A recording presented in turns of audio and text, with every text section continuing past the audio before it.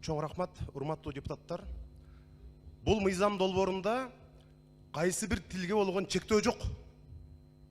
Кайсы бир тилди, ал тилде колдонбойлу чектөө жок. Бул жерде кыргыз тилин, эне тилин, мамлекеттик тилди колдойлу деген мыйзам долбоору.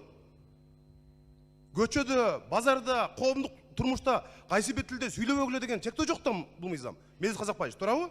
Бирок ошол эле убакта өзүбүздүн тилибизди колдойлу деген сөз болуп атат. Бул жерде кээ бир кесиптештер кадимкидей чагымчылдык сөздөрдү айтылып кетти бул жерден. Биринчи кезекте штраф, Элнуржагыч, штраф.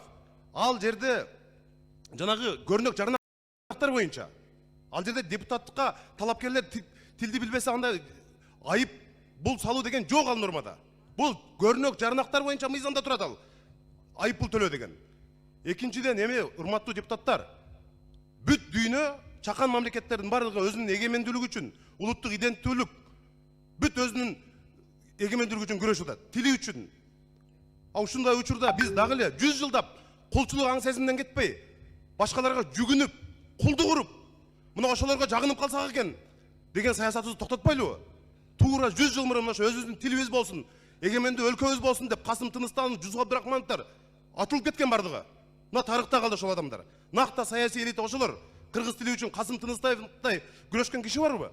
Эми ушул кыргыз тилди колдоп коелу деген мыйзамга кантип каршы чыгабыз биз? Биз биринчи кезекте өзүбүздүн Кыргызстандын элине жагынышыбыз керек. Кайсы бир өлкөгө эмес.